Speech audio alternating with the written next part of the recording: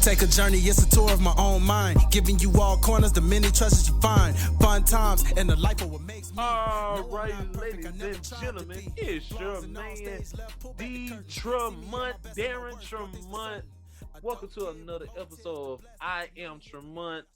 I am welcomed by two incredible guys right now, you guys.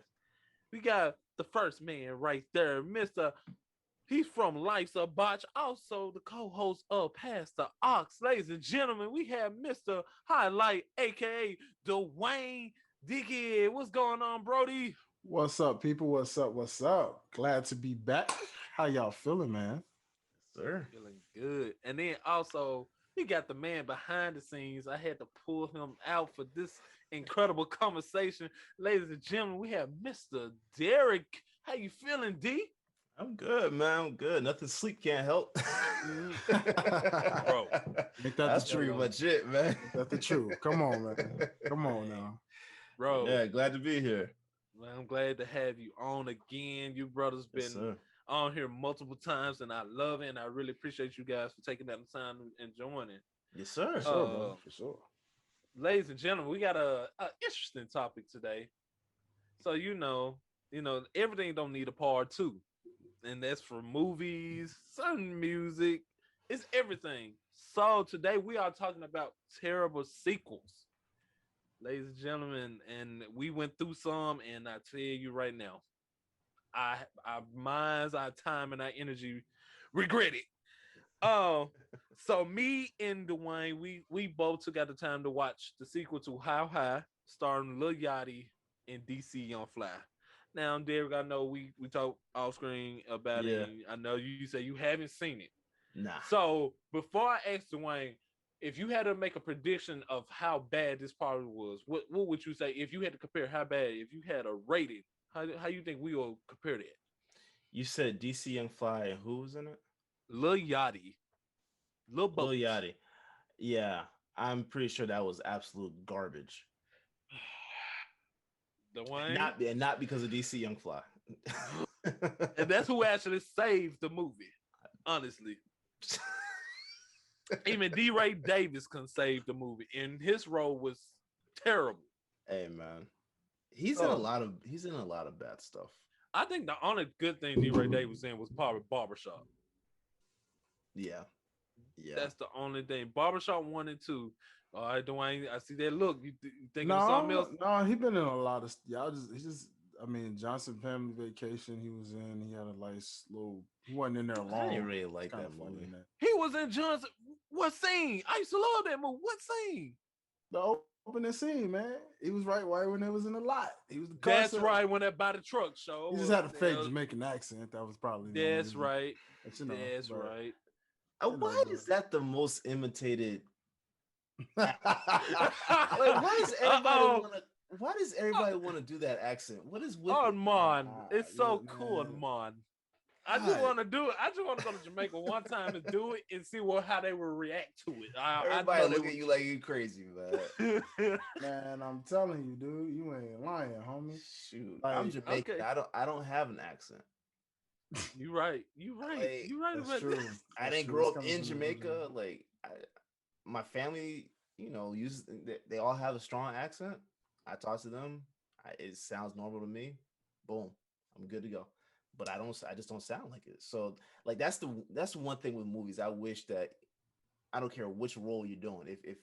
If you have someone that's of a different culture, just get someone from that culture to do it. That's it. True. That's it. This is true. Makes sense. Yeah, no, it makes total sense. Unfortunately, it's just something where everybody just likes to mimic the accent for some reason. I guess they go get a hat with the locks. Yeah, man. Just do that. Yeah, man. I hate that. But listen, if you think that was terrible, wait till we get into How High too.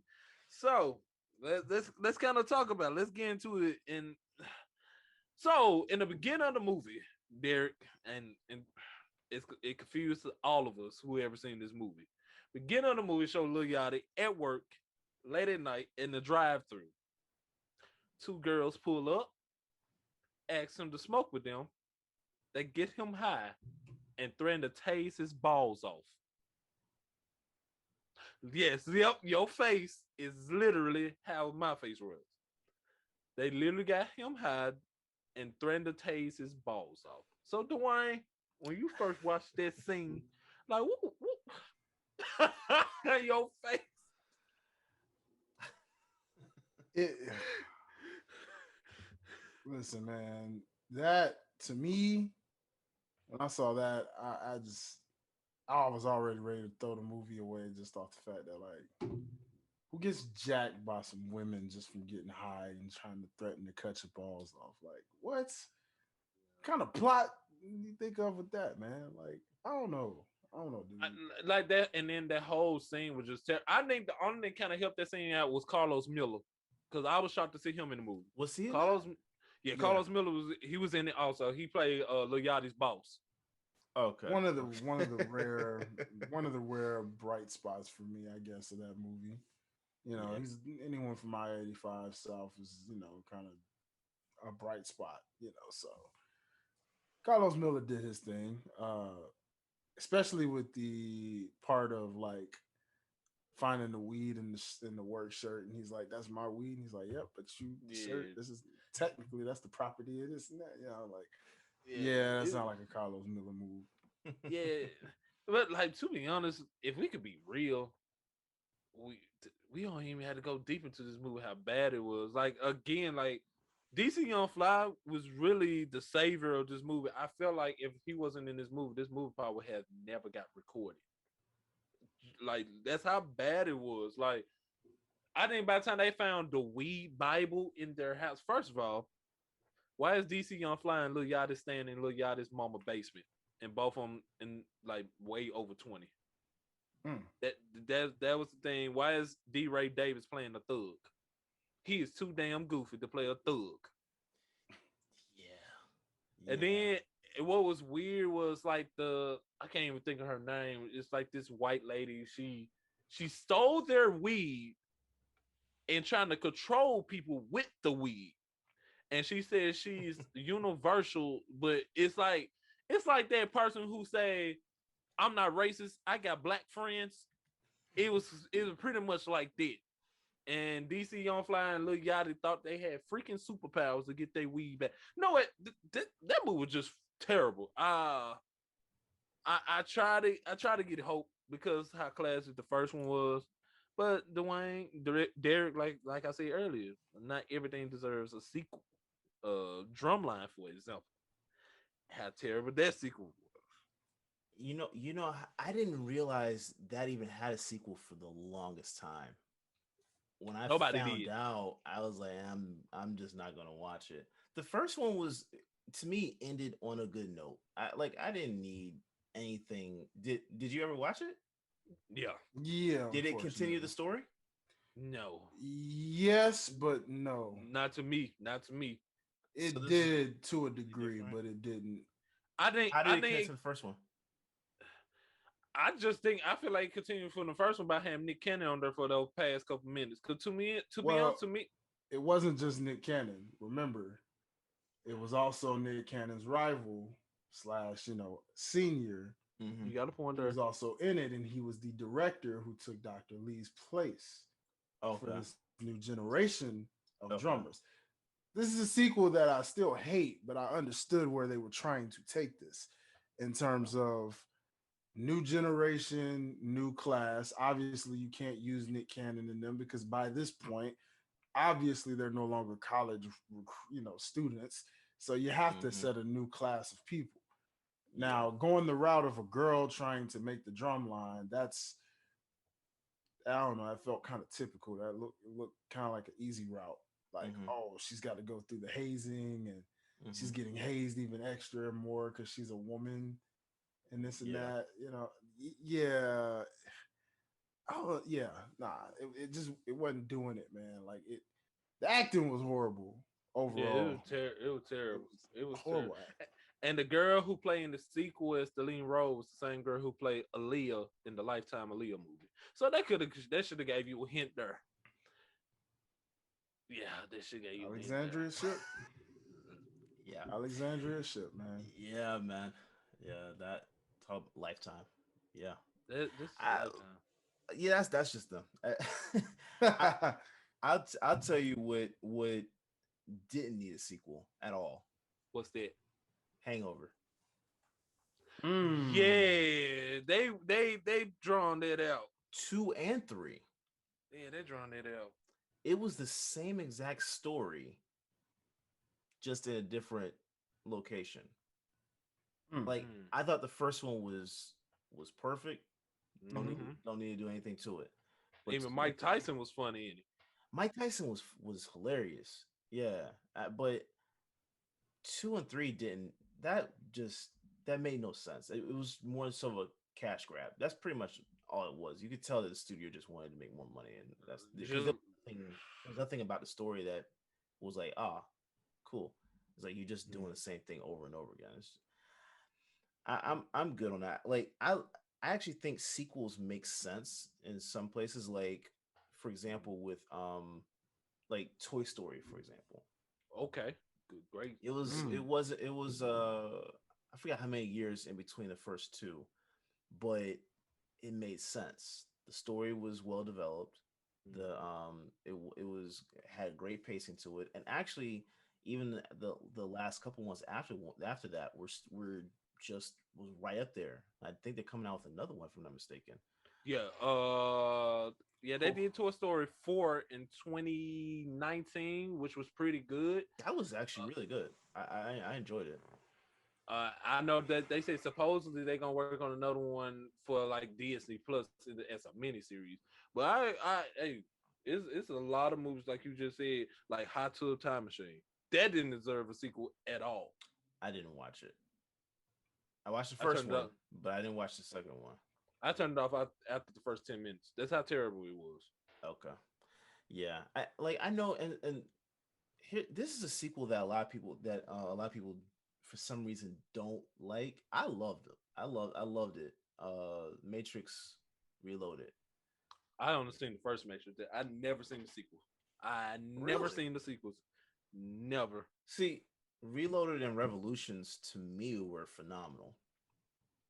I know actually when I watched the third one, Revolutions, that one was actually one that I was kind of looking at. I was just at the first time I watched it, I was like, man, this ain't it. But the older I got, the more I watched it, because the Matrix is actually, I think that's my most,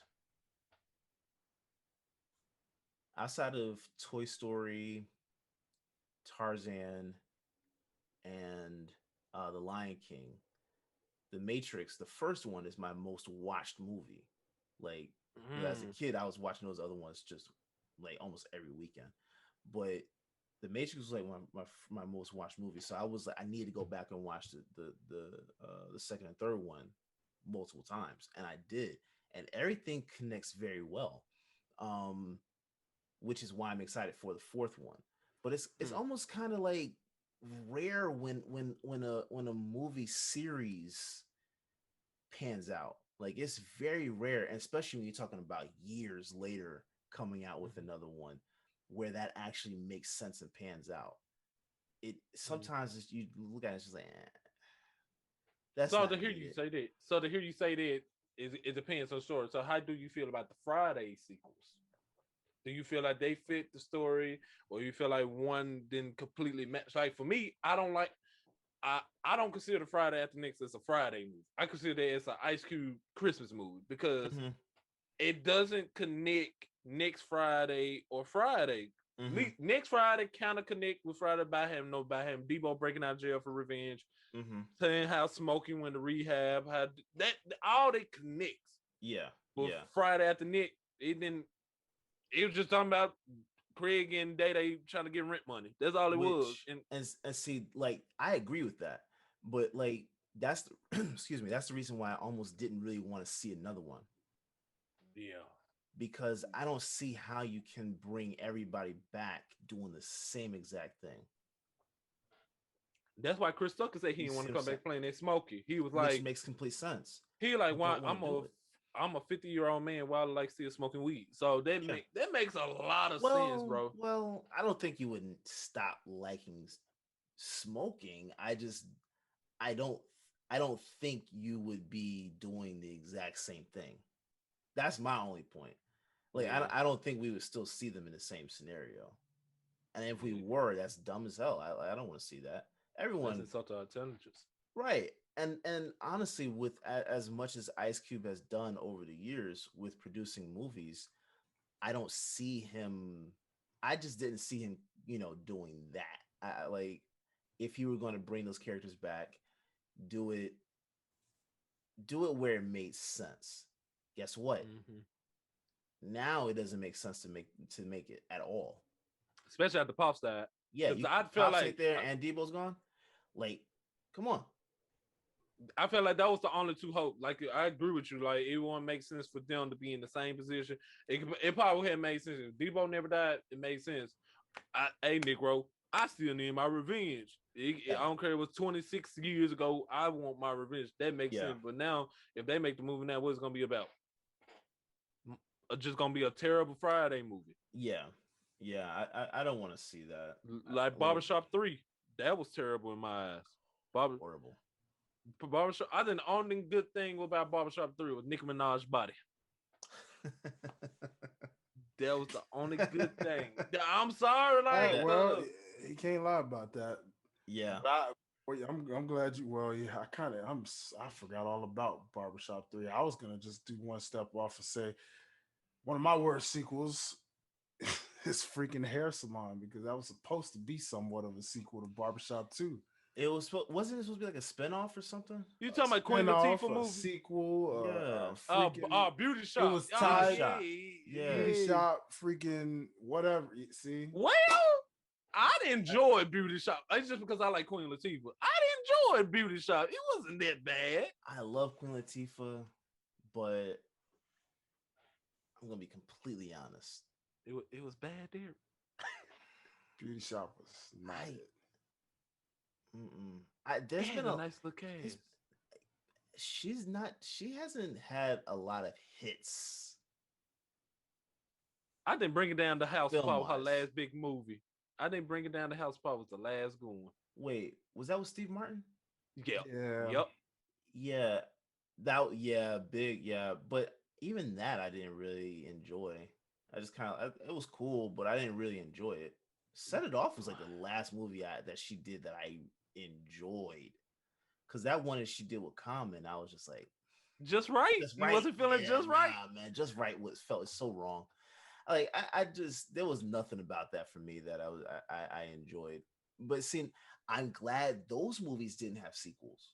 Yeah, because the first one didn't even make sense. Like, it was like, okay, it's a cool movie to make, cool, but if you got, this is the problem that I have with studios, because a lot of studios only do sequels for cash grab. That is it. It's not because they want to make it. Like, that's part reason why I feel like we could actually see a Justice League 2. I feel like we could see one, because I think like HBO saw like a 64% increase with just releasing that Snyder Cut a couple weeks ago. So you can't tell me WB is not looking at that and looking at the response from the community to say, okay, you know what, let's go ahead and at least finish out his vision for that universe, right? Like, at least do that. But see, like that would make sense to me. But doing movies just because it makes money doesn't mean that it makes sense. Yeah. So glad you said that, my friend. Speaking of which, I'm gonna take a trip back to the 90s here, and I'm gonna say, and it's only fitting given the fact that the reboot is, well, now apparently a week delayed at this point, but still, I'm gonna talk about one of the worst ironically, this is the second all-time worst video game movie ever made. That was trash. In Mortal Kombat Annihilation, ladies and gentlemen. That movie was terrible. And here's the funny thing about it. When you say cash grab, do you know why this movie was so terrible?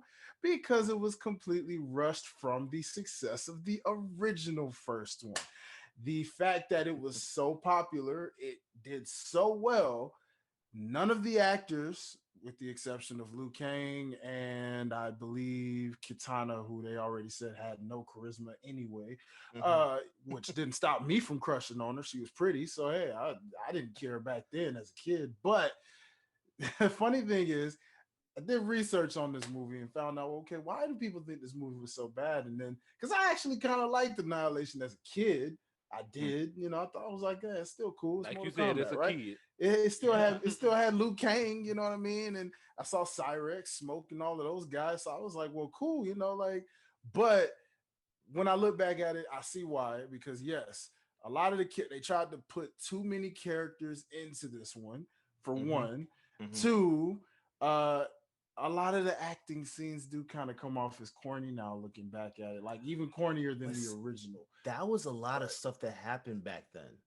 If you look back at a lot of those movies, acting was corny as hell. It was Super Mario Bros. That movie was terrible. It was. It's just Mortal Kombat gave you a different vibe, though. Mortal Kombat gave you a different vibe because the original Johnny Cage was actually pretty funny. He was witty like a true Johnny Cage at that time. He was good for that time to be a Johnny Cage type.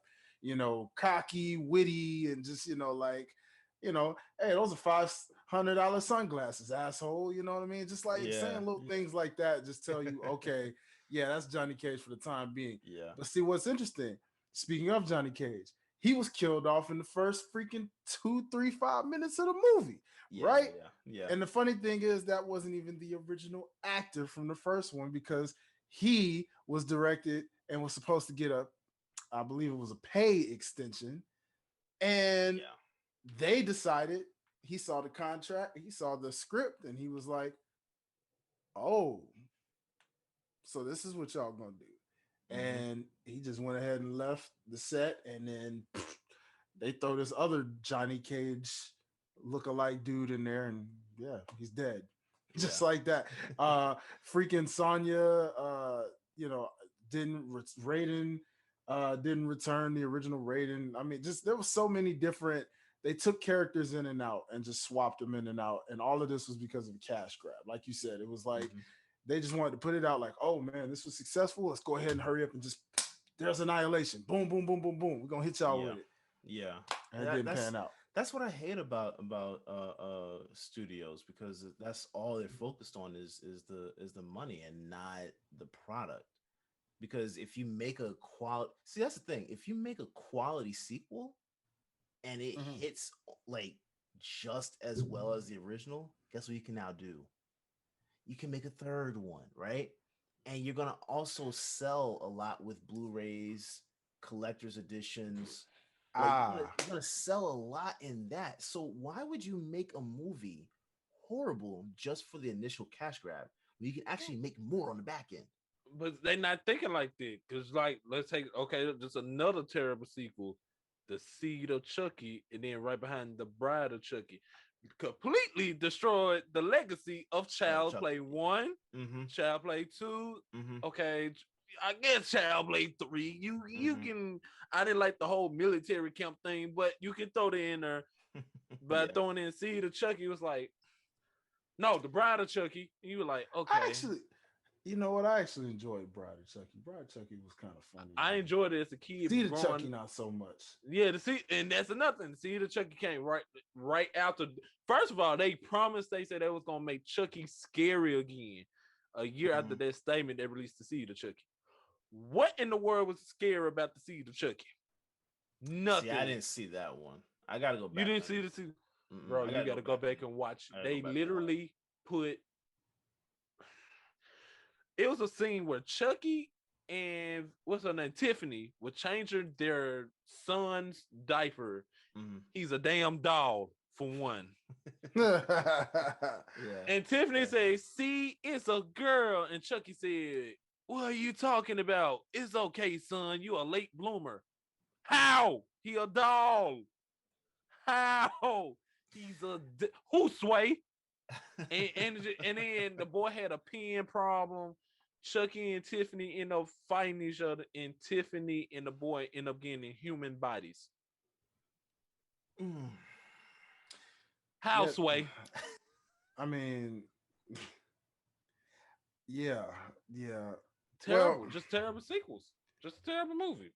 It's a movie we don't need. it I'll admit that it is weird to know that two dolls have a seed because they're dolls. They're humans, but they're in Wait, dolls' bodies. So and that makes let no not even sense. forget, it was a scene where Chucky jacked off in a cup. How? How? Yes, yes, In the there. seed of Chucky? Yes, the man literally went in the bathroom, took a porn magazine, and jacked off inside of a cup. Yeah, and they That'd put be it quickie. inside. And they put it inside they put it inside the human Tiffany, and the human Tiffany gave birth to a damn dog. Yeah. See, yeah. I've like that's what just ruins franchises. Like y'all know, I've said this multiple times. I love storytelling. I love Mm-hmm. I love developing a story. Which is why I love when you can get a long series. Like the Harry Potter series. That that makes sense, right? Like that it was well done. I mean, it follows the books, but very well done though, right? Like the Mm-hmm. movies were just very well done. Like that, Lord of the Rings, um, The Godfather. Even that's one that a lot of people don't really like. Is Too long. 2 and 3. I I actually love them. I got the whole collection around my shelf. I loved all three, but it's something different. Like I think a lot of people just don't like taking time, excuse me, with storytelling. That's why I think that, and I'm going to go back to this a lot when we're talking about this because like this animation is one of my loves for and so when I see things like Shrek, you see Mm-hmm. that whole series, right? Cars, that whole series. Um, uh, even if you wanted to count Nemo, like that was it was that and then Finding Dory, right? Like Yeah, right. it was very well done. I didn't now the one that the sequel that was done with them with Pixar that I really wasn't too fond of was The Incredibles 2. Like I thought it I was still haven't cool. seen it. I thought it was cool, but I didn't think it was really like I thought it was necessary back then. I like they took so long between the first one and second one that it was like at that point it's like what's the point? You know, like that's what I hate. But I love when you can do a sequel or you can do a series where it just makes sense. You can do so that's when if you take your time with building the story right, you can get about a good 5 movies out of it. Mm. You just gotta build a story right. So, for here to say that, so how do you feel about the Transformers like series? I How hate you feel about the? Transformers. Oh Lord, okay. I hate I hate Transformers. I I hated the like, ones with Mark Wahlberg. and I'm gonna tell you why though. Like, I used to watch Transformers as a kid. Didn't know what I was really watching. I just thought it was cool. I had a transform. I think I had, if I'm not mistaken, I think I actually had an Optimus Prime toy. But like I thought it was cool to look at. But the movies themselves, Michael Bay I think this is is the era people hating him. yeah, he's one of these directors that does stuff just to do it. Not that it makes sense. He just does things just to do them. Hmm. Every film that he has that lens flare thing. It's the lens flare and then the long like the camera where he It'd be like a long shot. yeah, it's a long shot and he'll do the tilt up a little bit. Like Uh-huh. it's just unnecessary. Like I feel like he does action sequences just for that shot. Like I'm fine with the director putting their signature in. Like remember, like Spike Lee does that with all of his Hmm. films, right?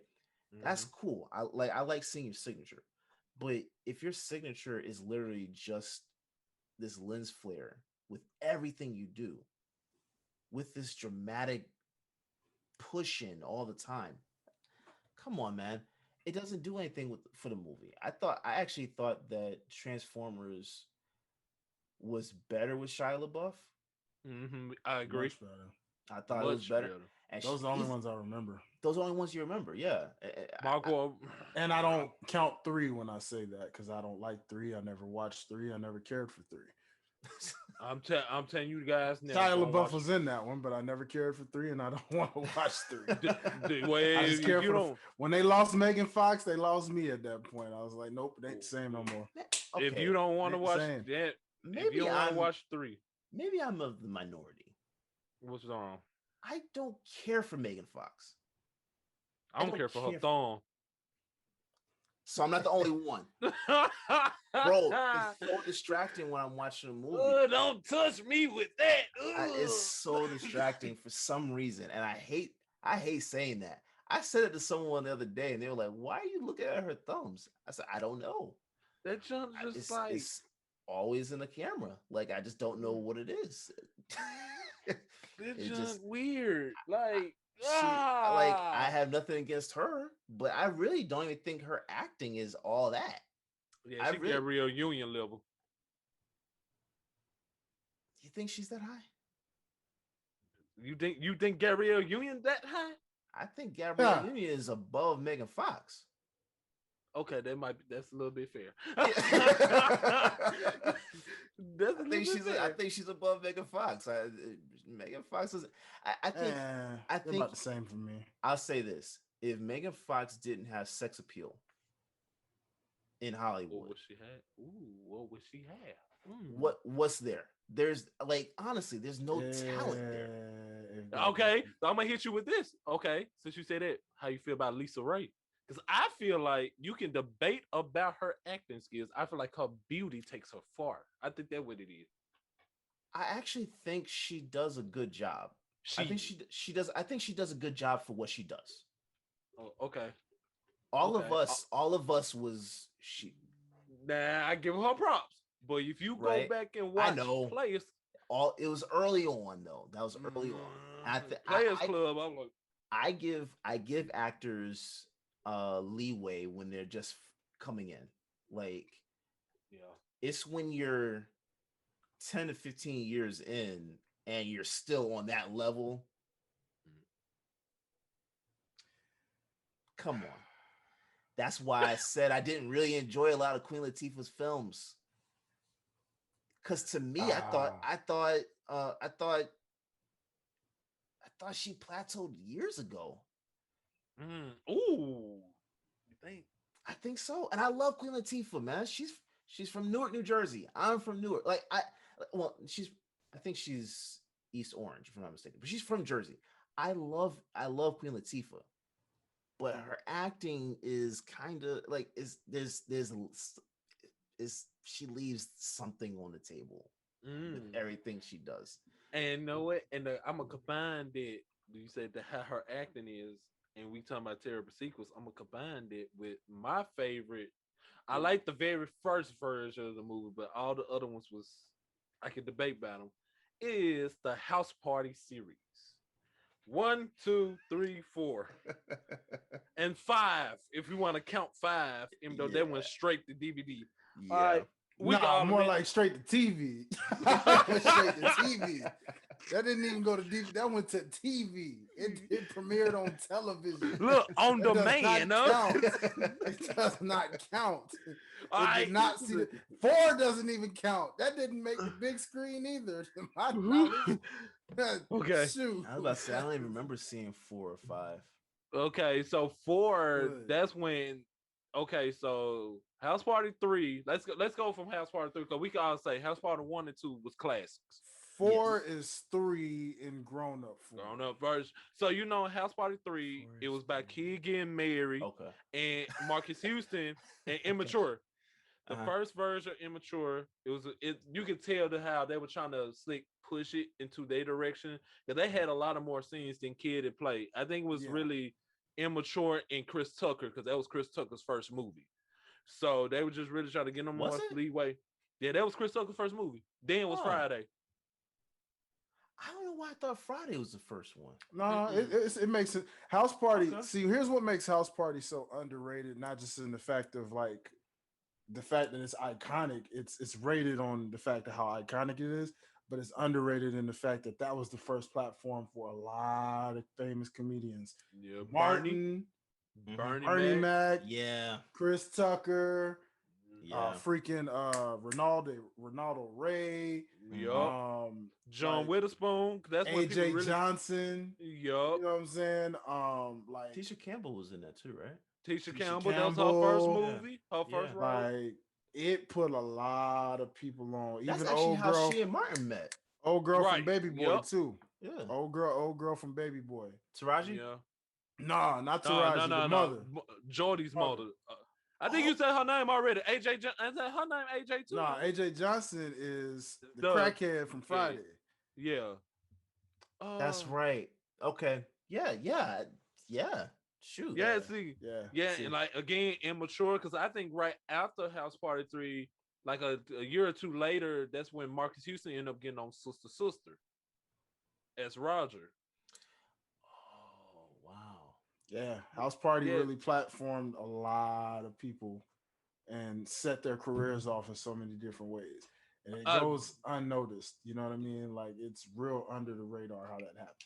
Yeah, Dwayne, her name was AJ Johnson too. I just googled Was the it? Baby Boy cast. Yep, her name is AJ Johnson also. Wow, that's crazy. So they had two AJ. Wow. Yep, didn't so even know yeah, that. so like that series. That's what I'm saying. Like again, to go back, like you say, terrible sequels can mess up a legacy because like listen to all the names you just named. Bernie Yeah. Mac, Mhm. one of the greatest to ever do it. Chris Tucker. We Mhm. can say a lot about the way by boy bands and R&B group. Immature. Come on now, Marcus Houston and them. Mhm. He was. I think Marcus Houston was like one of the biggest things in the '90s / early 2000s. We can't take that away. And Yeah. No, he was big. He was Tisha big. Campbell, Martin, like you just said, Derrick, that's how they met. And Martin kept telling Tisha Campbell on set, "I'm gonna have my own series, and I want you to play my girlfriend." He kept saying it. So, but House Party 3 is pretty good for what it was. But House Party 4, this was when Immature went from Immature to IMX, and when they replaced the original member with the I don't forget what this guy name. He's a dark bald head dude. When they replaced him and brought him up, it was cool. Yeah. If you was young and like corny stuff, it was just about how Marcus Houston fake sick, so he wouldn't go to school. His uncle went out of town. His uncle's like rich. He had a nice like condo or some big nice house. And Marcus just wanted to throw a party in there. It wasn't like how the first House Party, how play parents live. Hey, fellas, we had to play. No, it's like it was about Marcus Houston character trying to get a contract, a music contract, because it was somehow a record producer ended up coming to the house. So that was really about it was corny. Which is funny. Nice song. Which is funny because 5, which we really shouldn't even talk about, wasn't nothing but a recycled version of what that was. Because that's exactly what they same story that they tried to fill. Oh, we need to throw this house party because there's this big record producer coming in. Then they want to try to hit you at the end with a cameo kid and play. Being the and record producers all of a sudden. For 5 minutes.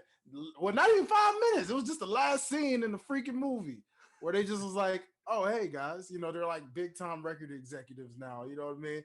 And I'm like, oh, now y'all want to throw them in there? Oh, wow. Oh. You talking about sequels? Tokyo Drift. Okay. I might be a minority, but nope. I know where you're going. Bow Wow. I'm right there with you. Bow Wow. If it wasn't for Bow Wow and Vin Diesel cameo, okay, bro. I'm gonna shut up. I rock for Tokyo Drift. Tokyo Drift was trash. It was terrible. I just want to get, but they had Bow Wow and Vin Diesel. I liked it, and I still like it even now. I still like it even now. You know why? Why? Because it's the only one, like the first two, that stick to the principle of what this movie's about. Now, racing. That's what I was going to say. Racing. See, like everything after that is after nothing. that has been horrible. I think they're Yeah. going to the moon That's in why. the new one. Like it Yeah. doesn't. None of it makes sense now. I'll fight people tooth and That's nail why- over Tokyo Drift because of that. That's one the only thing I reason. appreciate about it is that they stuck with the street racing thing. That's why that's what I loved about the first two. It was street racing, kept it real, and that was fine with me. Everything else after that, But see, I appreciate it because of that, but also it shows you the fact that in American style, it's drag racing. In Tokyo, it's It's legit. drifting. Yeah. It's but about see- drifting. but see, here's And the that's thing. a whole different art. If you're a true street racer, Right. there's two different arts to this.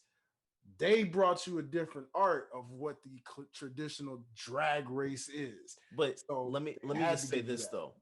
Like the movie itself wasn't horrible. You know what messed it up? What was that? They didn't introduce it properly.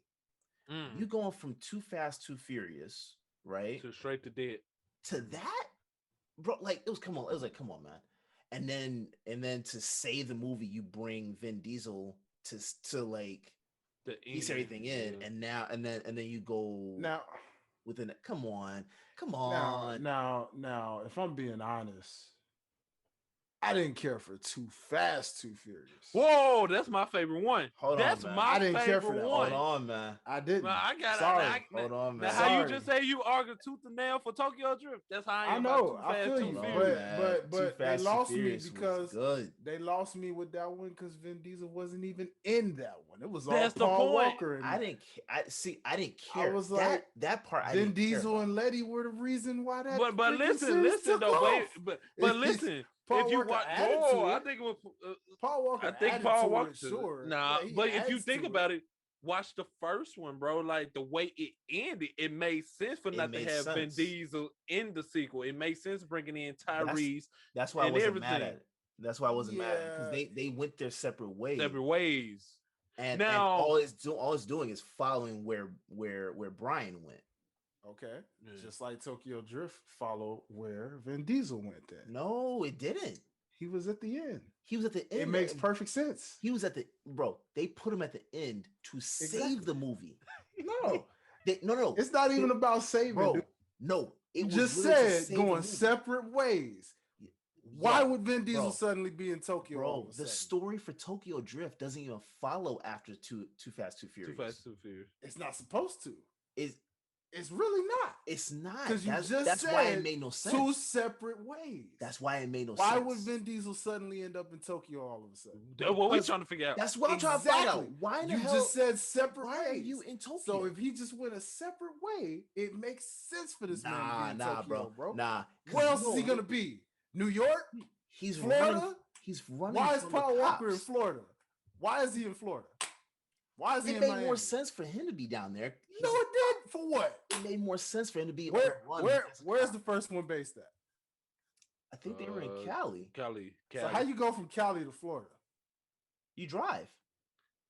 Of And- course you and- drive. and- But why would you end up suddenly going in from Because Cali? You just said separate ways, right? So how the But heck Brian- you end up from Cali and then suddenly you're in Florida? you got to remember, in the first two, Brian was an undercover cop.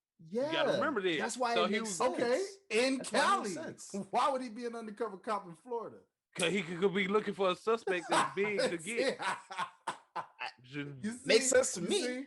But no, man. But so please that's what tell I'm me, saying. if that's With the hard, way Vin but Diesel's hold on, character is, if though, that's hard for you, he's such a drifter. He's such a loner. right. So but it if that- makes sense that this guy would be overseas Bro, low key. Okay, if cool. that's- Good. if So that's how Especially he hard- when get- he's running from the if- law at that.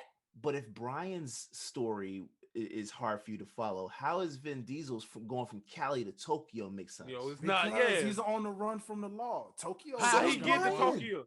So how did he get to No, Tokyo? because he's an undercover cop. He's never on the run from the law. No, he basically gave up the badge after the second one. Exactly. By that one, he's already still with the law. Yes, but Vin he's Diesel, on the other hand, between not one so and two, much. he's a cop. Actually, I think he was still an undercover cop in. Yes, even 3 in or the newer 4. ones, it was like 3 or 4. Yeah, he was yeah, still yeah. a But cop. that's I that's think when he I- gave it up. Yeah. But Yeah. he was still hated. He was still hated, like within his precinct. He was still hated, but he was still a cop. it makes more sense for him to be in Miami helping whatever police force down there, helping them out. That makes more sense. Going to Tokyo to do what? That's what I'm saying. Like, if you think about it, him being in Tokyo made no sense. He already knew Han. Han was a good friend of mine. He has some connection to Tokyo. If you know Han and Han's from Tokyo, it makes sense. And hold up, the one where they're all together is 4, right? 4 or 5? Yeah, hold on. Yeah, 5. Tokyo Drift took place after that. I think, didn't it? The storyline is because the storyline is messed up. Because I ain't gonna lie, because the 4th one they gave it another name. They rebooted it into just regular Fast and Furious. Right. It's about how Brian is trying to find Vin Diesel. Right. And then Fast 5 end up going to a whole different storyline. So they by them rebooting it, messed it up. And if I'm not mistaken, I think Tokyo Drift took place after all of that, which is how Han was doing had the money to do this league, basically. Right. So that's what I'm saying. Like it's all weird because of the fact that at the end of the day, it doesn't follow two. It doesn't follow two. It doesn't follow two, but at the end of the day, at least one thing about it, again, going back to what our main point is on that, somehow Tokyo Drift still follows the principle of what the movies, the first two, are supposed to be about racing wise. So the fact that, like you said, Darren, it's a reboot with 4, 5, and they have to try to make those new ones connect to Tokyo Drift. Why? Because of the fact that it's one of the last ones that actually stuck to what this whole franchise is supposed to be about. Actual racing. I still think The Rock came. I still think The Rock came in and changed the storyline. That I just got to feel out. I don't know why. I just feel like he came in there and said, "Listen, we're not finna do street racing. We just finna do fight the world." You can't even say that because it was that way already in 4. You ain't need The Rock for that. They already changed it beforehand. He did technically like alter it after that part though, because especially with Hobbs and Shaw. I still haven't even watched that. I'm actually going to probably watch that this week. Don't do it. I've been wanting to watch it only because I know this new one is going to. I think it's supposed to tie in somehow with it, so I gotta watch it. That jump was hilarious. To go back, like you said, terrible sequels just like mess up the story. Like again, why would you reboot your series on the 4th one and still say, well, it's still connected to the series, but it's rebooted? How? Because they throw people off. That's what I'm saying. If you're gonna reboot, cut that off in terms of street racing, and make it known this is a heist. Because you don't go from street racing to heist, like to being a heist movie. That doesn't make sense. That's fair. That's fair. If we can agree or disagree on how, regardless of how we feel about anything, the 2 after the first one, let's agree to the fact that from 4 to this 9th one that you shouldn't even be having right now. Why? For what? Bro, they ripped a vault out of a bank. No, that's hooking up to the back of a car. That's one stupid thing they did, and that's not forgetting Fast 7 when Vin Diesel and Paul Walker drove from one side of the building to another. Like what? Like that's not even... you talking about when Paul had that Bugatti going from building to building in Dubai? Yeah, that they completely lost me in that. And that was the movie when Paul actually died during the filming. So his brother had to do CGI. Not to even bring that up, that CGI was absolute trash. His brother's head was doing all this, floating all around. It was like they were sitting there looking at each other and their cars parked side by side, and Paul's head is doing this. Just sitting there floating around. I'm like, come on, man. Universal, y'all got how much money and you can't do the CGI properly? I would rather not see his face. Just say, hey, Paul's gone. That could have been the perfect way. That could have been the perfect way to end it. But now, I hope these rumors. I hope these rumors are not true about Fast 9. They said supposedly that they're gonna bring Paul Walker back CGI, and he gonna be back as a You're main lying. character. I read that. They said at Oh. first it was a hoax about Justin Bieber coming back playing as Brian. Then they were like, that was a hoax because everybody thought it was legit. And then they made it was another blog I read. They said they had sources, like this sources confirmed a lot of stuff that they're gonna bring Paul Walker's brothers back, CGI their face, and bring back Brian wherever they want. That makes me wonder, y'all still first of all, y'all should have ended Fast Furious after the 7th one. Then Perfect ending. I respect Vin Diesel. I respect him. Okay. However, none of these movies make sense. None of them make sense. Like that last one, what was that? 8? 8 was the last one, right? That's the one he faked like he was turning on them. Yeah. And he was like driving through a submarine and all that, right? Yeah. I respect Vin Diesel, but that was absolute trash. And from what I read with him saying about the next few movies coming out, or the next 2, he got inspiration of doing it in a 2-part film from playing Groot. What? He could. So him playing Groot inspired him to make the 9th film a 2-part film. So it's now 9 and 10. Yeah. See, so I'm completely done, bro. Like I'm gonna still watch it. I want to watch it because of John Cena. I hate. I'm so glad you just mentioned him. I look. Ugh. I am happy for your boy. Okay, good for him. Good for him. What I ain't happy for, is the role that your boy is casted in. Cause you know good and doggone well, I am not gonna sit here and try to believe that him and Vin Diesel are supposedly brothers. I can see it because of the frame. Stop. You can't see Cena. Hell no. You would have been better off trying to just be petty the way they wanted to be already, and you could have just put him in the same role you had to Rock in. Some new cop or special forces dude or whatever. Oh, they could have introduced him as Brian's brother or something like that. Okay, that would have been maybe. You got to put because Vin Diesel is black. Okay. Yeah. But my thing is too, the Gary Richard, like you said, is about how we gonna believe that's his brother. But also they could have at least thrown in some mentions from the past movies, like this is not the only sibling I have is my sister. No, I have someone else. Because now we gotta try to figure out how this gonna be connected to Fast 8. Also, where the fuck this brother been all these years? 3, what made him so evil? And 4, like how this gonna continue to party? So I can see that. I want to see Cena because I'm a Cena fan. I want to see him play a bad guy. I don't want to see him. You don't? No. I bet you don't even want to see him in Suicide Squad. I don't. Do you? No. And he's already got a series greenlit. Look, bro, you got to see him. Look, I'm telling you, Cena acting turned around after his movie called The Legacy.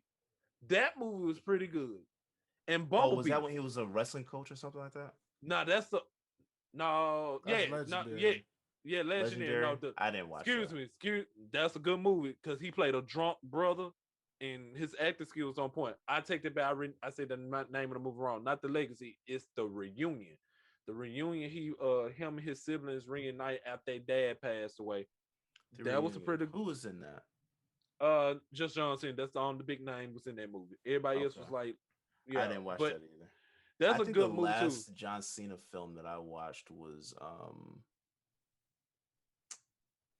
what was that? Oh God, I hope he doesn't. The Marine 12 Rounds. No, he was Bumblebee. He was in Trainwreck. Jesus, I still haven't even seen him in that. I'm so glad you said Bumblebee. He did He's good. goddamn. Take my word for it.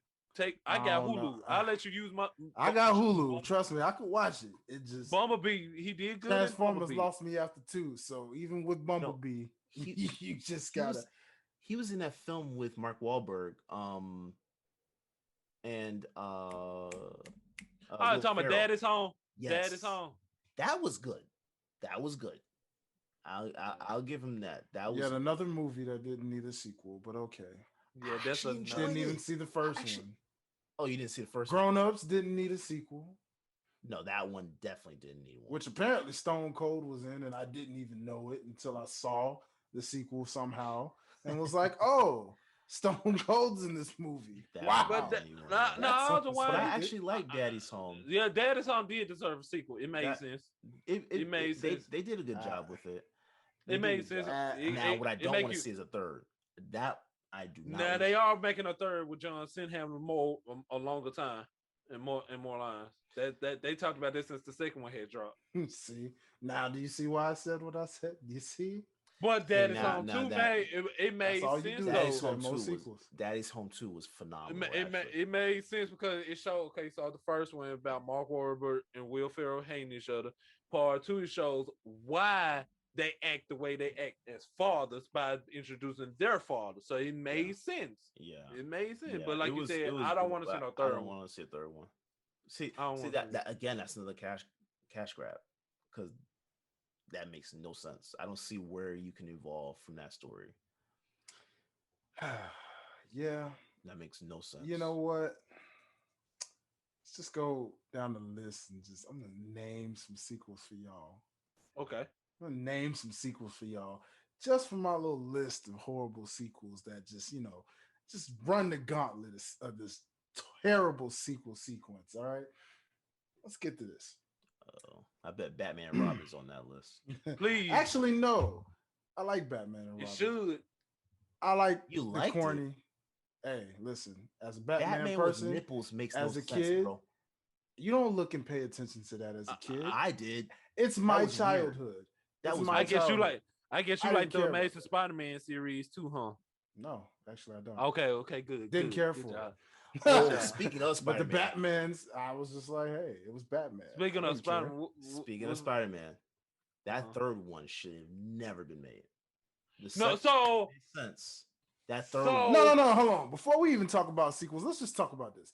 Let's just talk about trifectas in general. Not every sequel needs a trifecta, okay? Not Okay. every needs a trifecta. So not Transformers 3. You didn't really need that. You didn't. Okay. okay. I'll give you that. I'll give you Ninja that. Turtles. Yeah, Teenage they Mutant didn't. Ninja Turtles 3. You didn't need that. You really did. But And what that's about the one- Spider-Man 3? No, You didn't okay. need that either. So no. Really didn't. I can debate about Spider-Man 3. The reason What Spider-Man can you 3 didn't debate? work, it's not okay. Sammy, the director, he didn't want to throw all those characters. What he wanted to do, introduce the Sinister Six. But Sony was the one was like, no, we want Venom, we want Sandman, and we want Harry's Hobgoblin. version, the Hobgoblin. Mhm. But It lost but me Sandman when they was said they like, want a no, Sandman. he was like, Why? For what? he was like, Who cares about the Sandman? Sandman, you Why? crazy? Who Sandman cares is one about of Spider-Man. Sandman? He's Sandman Spider-Man's is top villain. Sandman, me. Sandman as a villain makes sense from the comics, but what does not make sense is that film. So this is what happened when the studio don't try to listen to the directors, because he was like, that is too much. What he originally wanted to do, he wanted to do Venom for Spider-Man 3, then Spider-Man 4, it was gonna be Sandman and Harry partnered up together. He was trying to slowly introduce the Sinister Six, and Sony was like, no, we want all of them in it now. Spider-Man 4, then you could just do Spider-Man versus Sinister Six. But Sam was like, if you do that, you add in too much, then people gonna be lost in the story. That was like 3 stories in one movie. Right, and that's what I'm saying. Like it doesn't make sense. The Sinister Six doesn't make sense in general because they basically killed Doc Ock in the second one. Yeah. So I don't see how you really do the Sinister Six. You know what I'm saying? Like, but I get the slow build. It's That's funny why I you think the should say first that. 2 make sense because Sam Raimi got his opportunity to progress the way he wanted to do it. That third one, you can see that there's interruption, which is what threw that whole, which basically threw Tobey Maguire off completely as Spider-Man. I'm glad you mentioned that Doc Ock aspect of things. You know, seeing as how he's coming back and everything. Mhm. So, Multiverse. yeah. Multiverse. That's Yeah. the only thing I can save that movie. Well, I don't know. The Tom Holland movies has been pretty good. No. He- I'm saying what could Uh. save that third Spider-Man. Oh yeah. Well, That- this new third Spider-Man with Dwayne just mentioned, that version of Doc Ock is coming back. Yeah, and I love that. I Mm. love that. I think Mm. Alfred Molina is his name. He did a phenomenal job. He did. I don't want to see anyone else's Doc Ock. Here's the thing. It's not hard in comic books to bring someone back to life. I get it. Possibly Doc Ock didn't really die. He probably just got knocked unconscious and someone probably saved him. But at the same time,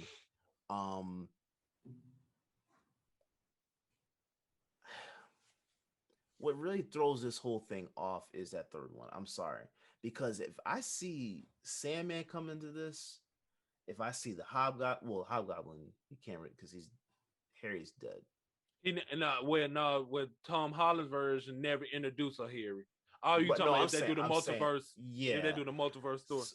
So the question that I have with this multiverse is: are you only selectively bringing people in? Like, what characters do you touch and which ones do you leave alone? Well, from what they confirmed so far, like that, I hope that they are doing. Okay, so like they confirmed Jamie Foxx coming back. So that's Which all I the didn't. stuff. I didn't watch that. I didn't watch that one. I promise you, bro. That's Jamie Foxx probably the best thing about that movie because he's just fucking Jamie Foxx. Yeah. They said they bring him back, and supposedly the Mary Jane and the Doc Ock from Tobey Maguire's version of Spider-Man. So Kirsten Dunst. Yeah, Kristen Dunst. That's that. Yeah, but she been playing it off like I don't know where you hear that rumor. Yeah, she's old. She So is that's what old. I'm saying. I think they're going based off. If they if they legit doing the multiverse, they doing it based off the cartoon that came out 2018. Because in the 2018 version, he was older. So they're gonna bring Toby and them older, and then bring in Andrew Garfield and them older, a little bit older, and then Tom Holland's version. But my thing is, like you said, okay, you just confirmed Doc Ock, you confirmed Mary Jane. What else from the past you're gonna bring in for this to be a multiverse movie? And you said this is gonna change the face of the MCU universe. You're gonna have to bring back more people, but the thing is, it's too many people, too much. You know, like you said, I don't want to see Sandman come back. Maybe if they do a fourth movie and they mention him, I don't want Sandman at all. Sandman, that was trash. Dang, y'all just don't like Sandman. Bump Sandman. Wow. Don't nobody care about Sandman. I'm cool with Sandman. I'm cool. Well, actually, you know what? The only way Sandman will be cool is with Marvel running things. I'll give that break. Sony really messed him up because I was actually watching the Batman animated series yesterday, and they had Clayface is on there, and that's what made me think: could we eventually see Clayface in a Batman film? I don't know. Wow, that would be dope. I don't know, but Clayface would make sense to bring in as a supporting villain, not a main villain, because to sell, you're gonna need the Jokers, the Mr. Freeze, the Riddlers. You need those, but Clayface would be an interesting supporting villain. I don't know. I don't know. I just know that third one should never have been made. That's all. Okay, so you guys, I wouldn't mind Green Goblin coming back. Me too. With Willem Dafoe's Green Goblin. Sure. He's dead though. I mean, he never came into but it's multiverse though. Yeah, but like that's what I'm kind of it's multiverse. Yeah, multiverse. But that's what I'm saying. Like, how do you bring someone back from the dead in a multiverse? Like, how does same that way work? you find a way to bring Doc Ock back in a multiverse? Green Goblin's super enhanced too. That might not have really killed him. We just got the image of that. We saw his funeral. Oh, you can do funerals for anybody. That doesn't mean they're dead. Yeah, Vin Diesel, Fast and Furious. Yeah, but Harry was literally haunted by his father's death for the next two films. Yeah, so maybe that was the point. In the car, if I'm not mistaken, 10 years went by. they did exactly what the animated series did, and he was still technically alive in the animated series. They just didn't put him in a black hole in a movie form. They can bring him back. I know they definitely can bring because him back. nobody is technically dead in the comic books. Like you can always kill someone off and bring them back. I'm thinking about it from a realistic perspective, right? Like for the MCU, they do things. They do the spectacular in realistic form. So how do you bring his Goblin back? That's one thing I feel like they could bring Green Goblin in on Tom Holland's side. I don't know that we're necessarily going to get Willem Dafoe's, even though I love Willem Dafoe's Green Goblin. I would love to see it come back. You could. I would not be surprised if they the don't only already thing. have one for Tom Holland's, like you said. But it is. I don't know. There's so many other villains they're gonna try to bring for Tom Holland. You might as well bring an older Green Goblin. Now they are setting up Sinister Six. Yeah, this is for sure. Because I think right now, Tom Holland's main villain right now is Mysterio. So they saying something. And also again, this multiverse got to do something because Electro part of the Sinister Six, Doc Ock. So this is leading up to Scorpion, who we have not seen yet. That's what I'm saying. So Rhino doesn't technically count as someone seen yet either. I don't count that Amazing Spider-Man machine version of whatever that was supposed to be. Oh, Paul Giamatti's. I don't even want to acknowledge it because it was not important. Okay, and that's how I feel about, like, let's go back to the DC way. Batman, like, I like the one with the Joker in it. Which one? I can't think of the name, but I do not like that terrible sequel that with Bane in it. I did not like that one.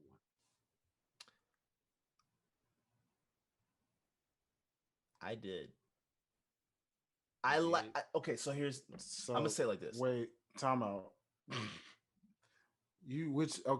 Which Batman we talking about? That's the Dark Knight Rises. The Dark Knight Rises. Yeah, he's talking about Christian Bale's Batman. Christian Bale's Batman. All right, that's you got to specify that because there's been. That's what I'm saying. It's a lot of Batman movies. Oh, I don't count the '90s films. Shoot, I do. I see what they tried to do. They tried to give you the cartoon one with the Venomized. I don't knock them for that. No, did George Clooney play Batman? Yes. I don't knock him Tim for Burton. Tim Burton to me just was not it for that. I don't knock him for it because it's the '90s and you're doing exactly what the cartoons did. It's no different than what did with Spider-Man. You talking about Tim Burton, the same dude who had that Christmas Halloween movie, Tim Burton? Oh yeah. Didn't he direct Christian George Clooney's Batmans? They sound that ain't no way if he did, I'll be shocked. Not Batman's, but Batman. He was only one Batman. No. George Clooney did Batman. No, he only did Batman and Robin. Batman Robin. Hal Kilmer was Batman Forever. Hold on. Val Kilmer's Batman Forever. Freaking why am I missing his name? His face is in because he was in Spider-Man, for crying out loud. He's the original Batman. He's the first Batman. Michael Keaton. There you go. I don't know why his name was slipping me today. But Michael Keaton is the first Batman. I'm sorry, Joel Schumacher. That was Joel Schumacher that did that. I remember watching the George Clooney. I'm about to call him Clinton, but George Clooney movies. I just remember Poison Ivy kissing Robin. That's the only thing I remember. Yep. And then when I got older, his Batman was trash. George Clooney's Batman was trash. Sorry. Maybe his Batman was trash. His Bruce Wayne was pretty straight. His Bruce Wayne. Each Batman is different in terms, just like each Spider-Man. Every Spider-Man is different because some make better Peter Parkers, horrible Spider-Mans. Like, for example, Spider-Man's horrible Peter Parkers. Batman's the same case. Wait, what? What'd you say? He was like, some people make who's a horrible Spider-Man? I said some people make. Well, shoot, Garfield to me is a horrible Spider-Man, but I'm not going to. Okay, this is why he's a horrible Peter Parker. He's a terrible Peter Parker. He's a really good Spider-Man. Didn't care for him as Spider-Man. This how I feel. He's a phenomenal Spider-Man. Nah, Tom Holland's a phenomenal Spider-Man to me. Tom Holland is the GOAT Spider-Man. Phenomenal, exactly. But so this- therefore, That's how I feel. I don't Okay, care how so- you put it. GOAT, phenomenal. That's Tom Holland. Oh, That's okay, not so Garfield to me. Sorry. So Garfield's- Toby Maguire, he was good. a serious Peter. He was a great Peter Parker, but serious Spider-Man. I didn't like him as Andrew Peter Parker. Garfield, you don't like his Peter Parker? No, Oh. okay. Let me rephrase this. I thought his acting as Peter Parker was phenomenal. I thought his age as Peter Parker made no sense. I feel like he was a college Peter though, like in Spider-Man 2. He was Spider-Man high 1, school. From the first one, he was high school. yeah, As then a Spider-Man 2 senior, was college. as a senior, but No, yeah. I'm supposed to believe this grown man is a teenager. That's how. Come on, think about Caucasian teenagers in the early 2000s. I know. That's what I have a problem with. That's what I have a problem with. That's the problem that I have with it. You're not supposed to, Peter Parker is supposed to be this dorky kid. He's supposed to be this dorky kid that is just like outside the norm. He's not a great social he doesn't have a great social life or whatever. He's more just studied, in his books and everything like that. Tobey Maguire did a great job in portraying it up until the looks. Andrew Garfield was trash at the looks because he was a pretty boy, Peter Parker. That's the only knock against Andrew Garfield's Peter Parker or Spider-Man for me. But Tom Holland, he checks all the boxes. With George Clooney Batman, his Batman was absolute trash. Because if I'm not mistaken, that's the one that had the Batman credit card.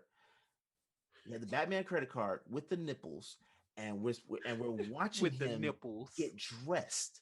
Like that. Joel Schumacher really threw me off with that. You're doing this zoom in, and every single time they get into a suit, we're supposed to see the nipples, the crotch, the boots, the arms. Like it's so weird because that's The butt with the girl. The you know. butt, yeah. He did that with Batman, Batgirl, and Robin. Every single time that part came on, as a kid, I was uncomfortable. That was weird as hell. But Batman with nipples, like horrible. That literally makes no sense. Sorry, that makes no sense. That makes no sense at all. So his Batman and Bruce Wayne can kick rocks as far as I'm concerned. But Ben Affleck's version is the GOAT. For now. No, I don't see. For now. I feel like I don't even know about the GOAT right now because it's the GOAT. It's the GOAT. I don't know. You know, So, a why? lot of people.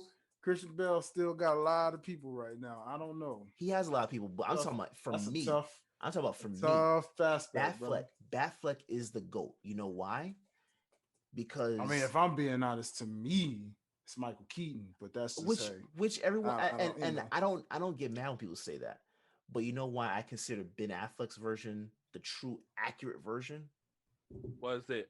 Because when Batman's fighting, what can he do? He can turn his head. He can turn his head. The neck movement alone with the fighting and the Bruce Wayne combined makes his Batman Bruce Wayne combo the best. Michael Keaton's for me is second.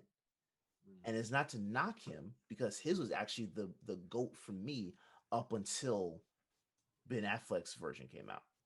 But because Ben Affleck's version was able to fight comic book accurately, his head was able to turn, his voice wasn't horrible, right? His suit looked amazing. The Batmobile looked amazing. The Batwing looks amazing. You know what? The only reason I'm not gonna give that to him, he hasn't had his own solo movie to really Guess do that. what? I don't need a solo movie to give him that. Shoot, I do. That's why. I That's why want a Michael solo Keaton movie. gives it. And it's I like want a at the solo end of the movie. day, But see, Christian Bale earned his rights with them solo movies. Michael Keaton earned his his right was with a solo horrible. movie. Val Kilmer, His was for all them horrible, folks had bro. a solo movie. Regardless of how you feel, you can judge it because they had solo movies. Affleck had help. Easy. Look, no, You had and Suicide Squad. You had Will Smith and all them backing you up over there on I'm that not side. That talking movie was about, terrible. You got freaking Justice League and all them backing bro, you up on this side. bro, You got freaking Superman versus No. Batman. That's bro, Superman's movie, not even Bro. Batman's. bro, That's technically Superman's movie. bro. But Listen, hey, and listen. actually, you need to go back and watch the Ultimate And Edition. that's a Frank Mir Batman at that. So that's another reason why I won't count that, because that's a Frank Mir Batman. That's not even really Frank Batman. Miller. Yeah. Frank Miller? At the end of the day, Here's the the Frank thing. Miller Batman is cool. He portrays it pretty well for what it is, hence the buff suit and whatnot. Yeah. But I mean, you know. But see that one, I'm lost in the sauce because I don't keep up with DC movies like this. I'm just letting you fellas mind. Just bro. I'm lost. Look, Batman is my favorite superhero. You see the Batman painting on my wall. Yes, I Batman do. is the mirror. Batman is my favorite superhero. But I don't care if Ben Affleck's version didn't have a solo film. I wanted one, but I don't care that his doesn't have a solo film. You know why? Because his portrayal was just that significant to me. When I saw him with those fight sequences, and I'm gonna tell you what, going back and watching the Ultimate Edition gives you more to work with too. With his Batman, it gives you more to work with. But between that and the Snyder Cut, I think the Snyder Cut actually solidified it for me. It solidified it for me. Honestly, we can honestly say if the Snyder Cut came out when it originally was supposed to in 2017, maybe Ben Affleck would have had his solo movie. He would have. He said if he did, he said that really killed his dream by the other company, or by the other director doing it, because he felt like he wasn't doing right for his Batman character. Right. So like now, like they say he gonna be in the Flash series for a cameo, and they gonna kill him. So which is dumb as hell. I kind of agree with you, Derrick. Like he's goated for a reason. I'm just looking at the fight sequences alone. If Batman, especially Christian Bale's version, this dude had to create a different fight style for Batman just for those fight sequences. Like, do you understand how horrible that is? And I love Christopher Nolan. Christopher Nolan is one of my favorite directors. That was trash. The only reason why his Batman is even in discussion is because of Heath Ledger. It's not even because of Christian Bale. I like that. So, like, I'm in the minority of what I'm saying right now. Trust me, I understand it. Christian Bale, I thought, was good for his time, but he is nowhere near one of the best portrayals of both Batman and Bruce Wayne. His Bruce Wayne is probably one of the best because his Bruce Wayne was arrogant and didn't care about anything. Falling asleep in meetings, driving crazy in his Lamborghini and all that stuff. Like, acting as if he doesn't know what's going on. His Bruce Wayne was absolutely phenomenal. If his Batman matched his Bruce Wayne, I would actually give that to him. I would give him the GOAT. But his Batman didn't match the Bruce Wayne. His Batman was subpar. And I thought it was good at that time. But as I got older and I'm looking at it, I watched that movie so many times. I cannot begin to tell you. I watched that whole trilogy multiple times. What really killed it off as well was them introducing Robin as a police officer. Yeah. Come on. Robin is Robin, a police officer? And then all of a sudden he just discovers the Batcave? Get the hell out of here. Out of there. That threw me way the hell off, man. And I loved that Bane. I absolutely love that Bane. And I couldn't get into it. I fell asleep every time I try to watch it, like trying to give it a chance. I fall asleep on it. Every time, bro. And I think it's just like you said, maybe because it's Heath Ledger from the first one. That's the only reason why everybody loves that movie. I think that's not Christian Bale. I think that's the main hype of because Heath Ledger that might just stole the movie. Honestly, Watch that movie without watching Joker scenes. Okay, I'll do that. Turn that movie on, and every time Joker comes on, fast forward. You tell me how good that movie is.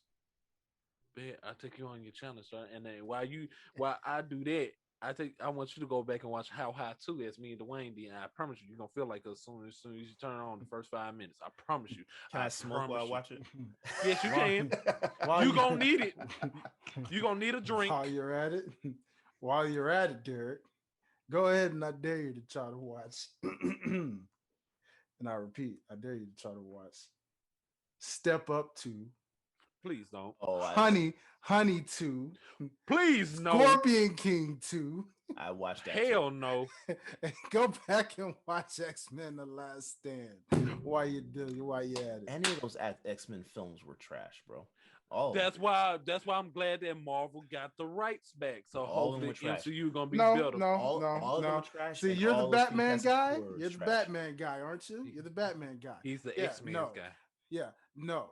See, First Class was actually accurate in terms of a origin story compared to whatever X-Men Origins was supposed to be. First Class, that's one that came out. I don't know what the heck that was. I'm not saying they didn't have bright spots. Now, Days of Future Past is the best one of whatever this rebooted version was of that, because that was the most accurate out of any of the comics in the X-Men portrayal, because that actually portrayed everything accurately. Now, I agree with you on that. I was just Dark tired. Phoenix. I was just tired. Dark Phoenix one. I don't know what the heck that was supposed to be.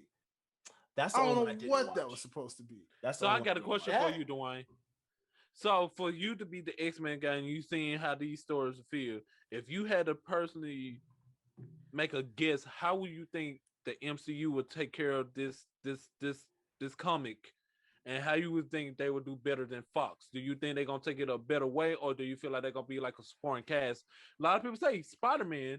They feel like Spider-Man became the next Iron Man, that like the Iron Man guy once he got brought over to the MCU. Do you feel like they're gonna take care of the legacy of X-Men, or is it just gonna be one of those group? The X-Men will be its own entity because they don't really need to be a part of the Avengers at all, because they're not a part of the Avengers at all. Yeah, they are the Avengers in their own way, because you're going to see them in a film at some point, but they're not. They don't need. You may see Wolverine in a film depending on who they cast. Wolverine's the only one from the X-Men that you usually see with the Captain Americas, with the Spider-Mans, and all of that. And he fought the Hulk, right? In the comic. Yes, he fought the Hulk. And so this is my question for you. He fought the Hulk. So do you think with Wolverine, you think they're gonna go make him do a knockoff version of Hugh Jackman, like the jeans t-shirt, or about him being the MCU now, where he being his classic yellow and blue costume? Well, first and foremost, there's nothing absolutely wrong with the jean and tank top anyway, because that is still Logan regardless. Logan is literally jeans and a tank top. He's a leather jacket and jeans with a cigarette in his freaking mouth. You know what I mean? A cigar, cigarette, all of that. You know what I'm saying? Yeah. I mean, it doesn't even matter. Like, at the end of the day, that's all Wolverine. The suit is just, if you're talking X-Men, then yes, the suit is what makes Wolverine an X-Men. So, yeah, I mean, I would hope to see the suit. That's one of the things. If I knocked anything about Hugh Jackman's character, like, I wish to have seen the suit at some point, but it is what it is. He still made it work with what he had, and he still fit the swagger, the look, and he took it as serious as he ever could. You know what I mean? He took it completely seriously. So hopefully whoever gets it can at least maybe not be their own version of Wolverine, just as cool, but hopefully with the suit. As far as how he's already got Easter eggs right now with Winter Soldier and Falcon. So it's already confirmed that you're getting ready to see, you may not see him in that series, but there's Easter eggs tied to him already. Hey, no, look at Derrick's face. That's my face already. Too. Where? There's already there. Hey, don't tell me where, See? because I You ain't watched see? it yet. Oh, There's Say already where. text me. there's already Easter eggs confirmed. Now, I as know to in where Wolverine is. WandaVision, I know it was a lot of Fantastic Four references. Yes. It was, Oh my god, I can't wait to see Fantastic Four. even though I still haven't really watched WandaVision. Oh yeah, I've seen that's another thing. Speaking of horrible sequels, Oh, that ladies was and the- gentlemen, No, Fantastic Four. both Terrible. of them were horrible. And then the new Let's one talk they about rebooted was horrible. the new one they rebooted was horrible. Okay, I'm sorry, Michael B. Horrible. Jordan. If you watching and listening, we sorry, Horrible. but that was He terrible. knows. I hate He that. That's knows. got to be He in knows. his. I hate that movie has to be in this man's film catalog. That's like Chris Fortunately, Evans. it's I mean, not hard. Chris Evans. Yeah, him too. Human Torch. Human Torch. Yeah, I'm I sorry. think we Yeah, forgot Chris about that. I Chris think we Evans, Human forgot about Torch. that. Okay, so since you brought that up, who portrayed the Human Torch better to you guys, Chris Evans or Michael B. Jordan? Chris Evans. Yeah, his He was more cocky. more accurate. Yeah, Human he Torch was is more cocky. accurate. He was Yeah, cocky. I he give was more him that. accurate, but it was still horrible. It was Yeah. a horrible movie. Even the second one, like when Chris Evans was getting everybody powers, I was like, what the hell is this?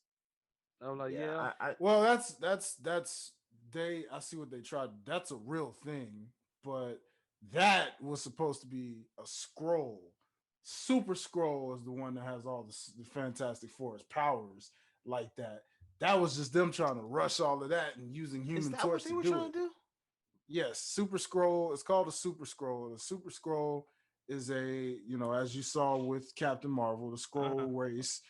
Super Scroll is an evil scroll that basically steals all of the Fantastic Four's powers and becomes Super Scroll, where he's able to do everything the Fantastic Four can do, basically. So he's got the power of the thing, he's got the flames, he's got the invisibility, and he can stretch. So yeah, you'll probably see that again, but a lot better in the MCU form. I can see that being in there, yeah. You're gonna see that again, but it'll be. I don't know how they're gonna incorporate Super Scroll, but he's not obviously gonna be like. It's gonna be after Captain America, Captain but Marvel too. Yeah, he'll be in trade. She's terrible at Captain Marvel. I'm sorry. I don't like her. I think she did a good job. Though I think you know what? I don't know much about Captain Marvel from a comic book perspective. I just know what I've read since they were talking about bringing her into the MCU. What I read based on that and some videos that I watched, I thought she did a good job. I would like to see her expanded in Captain Marvel too, because again, in Endgame, she really wasn't there, right? Like, and even when she came in, then like she's supposed to be the most powerful one on the battlefield, probably outside of Scarlet Witch. She was supposed to be like the most powerful and needed help to get the gauntlet across. Why? Why did she need help? She flew through Thanos' ship. She destroyed it by flying through the ship. She needed help flying that thing across the. Like, really? Like, nah, man. And speaking of Marvel, that's a great thing. Since we talking about terrible sequels, we can kind of say all Marvel movies, sequels and trilogies connecting to one. Out of all of the MCU movies that we've seen since 2008, Iron Man. Out of all of them, which one you feel like was the worst one in the series? Iron Man 3. Yeah, I guess we got good. Easily. I think all of us could agree. Iron Man 3. Easily, I would rather watch Captain America before I watch Iron Man 3 again. Iron Man 3 was trash. I said Iron Man 3, Ant-Man, and Mrs. Walsh. No. That was good. That was really. I enjoyed that. Maybe I gotta go back and watch it. Go back and watch it. Yeah. Iron Man and the Wasp was good. Yeah. Iron Man 3 not so much. Iron Man 3 wasn't good because they made what's my guy's name? The villain. God, I forgot the villain's name. But they made him into a joke. Excuse me. And that's the Mandarin. Mandarin, yeah. Mandarin or something. The Mandalorian or something. No, like Mandalorian. No, the Mandalorian. Yeah, so it is the Mandarin. Star Wars. It's the Mandarin. Yeah, it is the Mandarin. Yeah, but That's Star what Wars. threw me off because it was a joke. Had they kept up with what they were actually what Ian Kingsley, I think is his name, as him as the villain, it would have been good. It'd have been good. I didn't like Guy Pearce in the movie, to be completely honest. I thought his role was trash. But it would have been a good secondary villain, like him, like the Mandarin being there and just being a joke at the end of the day was just horrible. I didn't like that at all. That made no sense. Like that movie literally didn't even propel the MCU forward. It just kind of I didn't think they were just trying to fill out Robert Downey Jr.'s contract with them. They were. That's all there was. They were. Yeah, they were. They could have done a better job with it though, because the beginning of the movie was good. Well, I might second worst. Second worst. So, do you guys like that. Thor Ragnarok? Because I loved it. Like Ragnarok, hate the Dark World. Yeah, I just hate all the Thor movies. I thought the first two were well. I don't know much about Thor either. Yeah, I don't care for Thor as much. Thor was more like an Aquaman of the Marvel universe to me. You know, like that guy you just kind of like, you're not really doing much with him. Like I couldn't really see a film, but then once the film started coming out and I watched, I was like, okay, this is good. Like it could morph into something.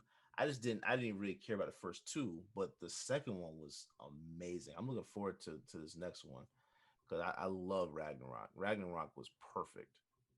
That was absolutely perfect. It's like certain sequels again. Like I didn't think Dark World was horrible. It was just kind of just like, okay, it was cool. It was cool. I mean, it wasn't what I wanted to see, but all right, cool.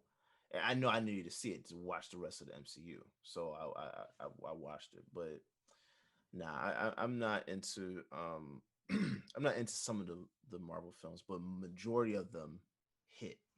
Majority of them hit it on the target every single time. It's just some of them.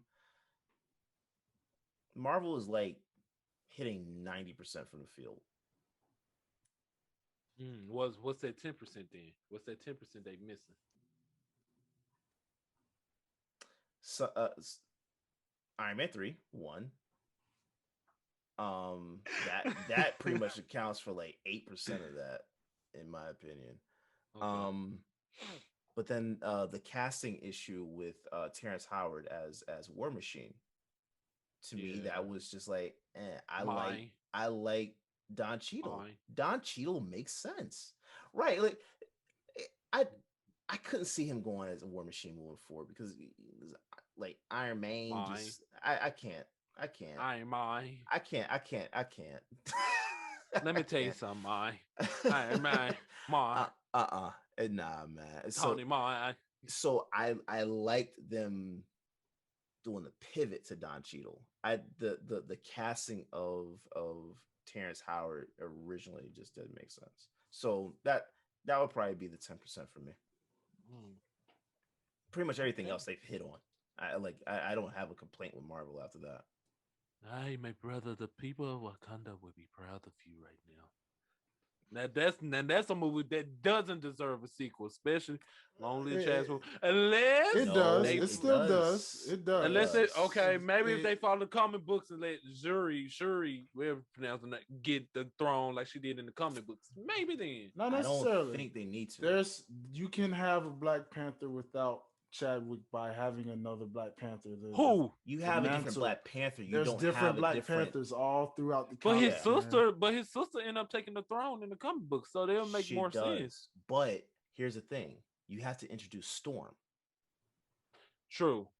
I think that was the way they was gonna go if he never died too. Yep. So yeah. Which is why I think you don't bring back T'Challa. You bring Michael B. Jordan's character, Killmonger. You bring him back to life. I don't think you bring Killmonger back, but you bring his character back to be Black Panther. Because I mean, he was the rightful heir to the throne, right? Right. So it's easy to kind of push him in, he changes his heart. He's more relaxed. He's more like T'Challa. You change him to that, and then go ahead and introduce Storm from a different country coming in to try and unite forces or whatever. Have them have their romance. Boom. Bring X-Men into the play. I see what you did there, my brother. The people of Wakanda would appreciate you. Hey, Marvel, I'm ready. Like, just bring me in. I and know what, and you know what, that'd be dope because I was so stuck on the sister taking a role, but hearing that's good. So maybe that won't be a bad sequel. Yeah, I mean, and they're gonna have to introduce Neymar into the MCU, right? Because they've already hinted at him being in which that wasn't Civil War. What was that? Infinity War. They introduced they already described Neymar being Submariner. Yeah, was it Submariner? Oh, I thought it was Neymar. Yeah. Either well, way. I mean, I believe that's his name, but like his other name, but Submariner is. See, I don't know much about the character, but you don't need to. It's nothing but an Aquaman ripoff for the most part. Marvel Aquaman. But see, they've already talked about him in that movie, so I think what's going to end up happening is that he's going to come in and do something to Storm's country, right? And that's what's going to make her go to Wakanda to seek help. That's what I'm hoping to see. This is Wakanda. Poor Nakia. This is Wakanda. Poor Nakia. We went from sequels to my pitching ideas, and this ain't terrible. Hey man, this ain't terrible. It's not terrible at all. Come on, Marvel. It's not terrible. I won't. Not terrible. I won't break your wallet. Come on, man. See, mine. Absolutely. Bring Terrence Howard back. Mine. My fellows, man, you guys been dope this whole time. We gotta make this a two-parter. Hey man. You know what I mean? Yeah. A two-parter, because you guys killed it like always. I just want to thank you for always. You want to have a sequel to the sequel conversation. Yeah, and listen, and it won't be bad, huh? Yeah, the sequel to this conversation would not be terrible. I promise you, ladies and gentlemen. So if you want more, you know what to do. Leave a like, leave a comment, share this video. Most importantly, follow the OTS family. Go on otsguys.com. Follow the OTS YouTube channel. Listen to us on Apple Podcasts, Spotify, all your streaming needs, iHeartRadio. Yes, sir. That's a great one too. Ladies and gentlemen, these fellas about to give out their handles. Mr. Derrick, I have a feeling what you're gonna say, but go ahead and share it with the people anyway. All right. My personal is at Derrick Derrick _ OTS. DERRICK. Black way to spell it. But go follow the OTS page at OTS guys across all social media platforms. Like Darren, oh my God, excuse me. Like Darren said, YouTube, you can find us youtube.com/OTS guys. We got all the shows on there, pretty much all the shows. I'm trying to convince Chris to, get on video so we can bring No Chase Film Society. But yeah, I mean, everything's on there. Go check it out and let us know what you think. Yes, sir. And Mr. Highlight himself, the host of Life's a Botch, co-host of Pass the Ox. Let the people know where they can find you. Absolutely, brother. Absolutely, man. You can follow me on Instagram at Dwayne Dickey Jr. You can follow the artist page on Twitter and Instagram at Highlight Life, HILITE Life. And most important, if you're not following me, yours truly, make sure you are following the entire brand of OTS at OTS Guys everywhere on Twitter, on Instagram, and of course, youtube.com/OTS Guys. And yeah, man, that way you can catch us all up here 24/7, giving y'all content on top of content, Yes, sir. And you can find yours truly over on Twitter at the 901 Prince. You can follow me on Instagram at Vibing with the 90s. And also you can find me on Facebook as Darron Tramont. And before we end this, I would like to say last Friday we had a dope fans battle. We had Tupac versus Biggie. It was very dope. But ladies and gentlemen, like always, we want you to be involved. That's why we call the show Fans. Yes, sir. So, all the social medias you heard, if you have a certain battle that you would like to hear, please send it our way. If you like to be a part of the OTS family, please contact Mr. Derrick. He gonna talk to you and make things happen, you guys, because we want you guys to be part of this journey. You are our family also. We love you guys. We couldn't do this without you guys. Listen, you guys are everything. So by you guys being part of this journey, I promise you this will be a nice ride that you won't ever forget. We love you. We thank you from the bottom of my heart. We just appreciate you for listening to everyone's podcast, and we got more in store for you. Ladies and gentlemen, this is Paul, one of the awesome conversation, and we'll be back with our sequel. Peace.